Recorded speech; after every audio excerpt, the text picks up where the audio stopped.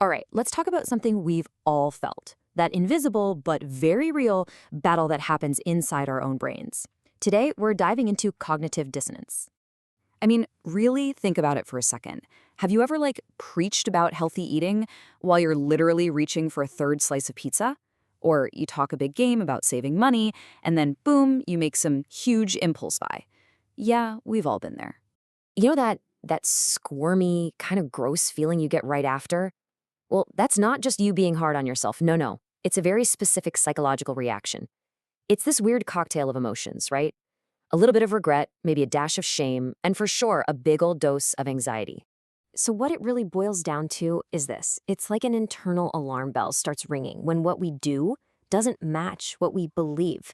It's this mental static, that fuzzy noise created by the gap between who we think we are and what our actions are actually saying. So let's unpack that nagging feeling. Let's get into it. What is really going on inside our heads when we feel that clash? Okay, first things first, and this is super important. This is not a character flaw. Feeling this way doesn't make you a bad person. This conflict, it's a totally universal part of just being human. It's basically a side effect of having a big, complicated brain with lots of thoughts and beliefs, and also having the freedom to act in ways that, yes, sometimes go against them. All right, so if pretty much everyone feels this, there has to be a name for it, right? What do the experts call it? Let's give this discomfort a proper title. And there you have it. The official term is cognitive dissonance. That's the textbook name for that mental stress you feel when you're holding two conflicting beliefs, or when your actions just completely contradict what you say you value. And, this isn't some new agey concept. This idea has been around for a while. It was first laid out by a psychologist named Leon Festinger, all the way back in 1957. He's the guy who really dug in and studied how this internal clash makes us squirm. And maybe more importantly, what our brains do to make the squirming stop. Okay, but so what? Why does it bother us so much? What is it about inconsistency that our brains just can't stand? Okay, so here's the deal. It basically boils down to a few key things.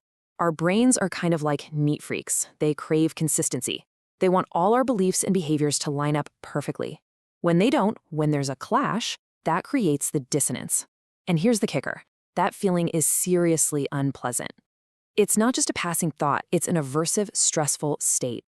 And because it feels so bad, it lights a fire under us.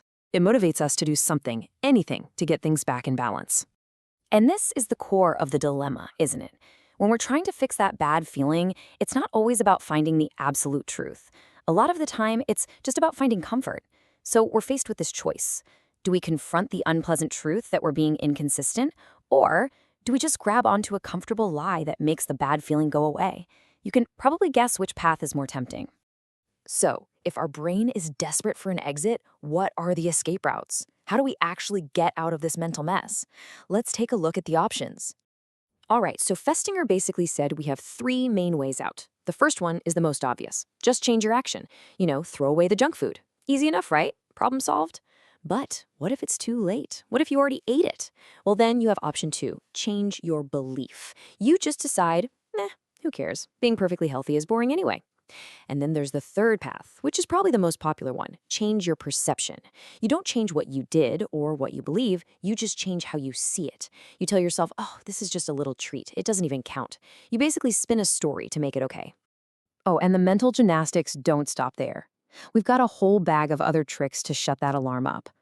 We start justifying it, right? We add new thoughts like, well, by buying this donut, I'm supporting a small local business. See? Or we just hide what we're doing so nobody can judge us. And then there's the big one. We go looking for proof that we were right all along. We suddenly start seeing articles everywhere about how a little junk food is actually good for you. We hunt down anything and everything that confirms our choice, just to feel a little better. But let's be real, no theory is perfect, and this one has definitely gotten some pushback over the years. So what are the cracks in the foundation of cognitive dissonance theory? Okay, time for a little reality check. One of the biggest critiques is that the theory is kind of hard to prove wrong.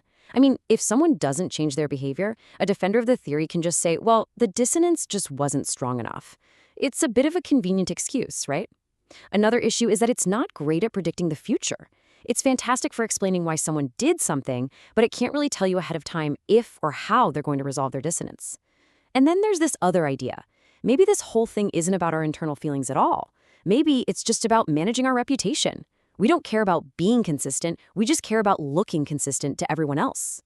But even with those critiques, look, understanding cognitive dissonance it's like getting a cheat code for understanding people.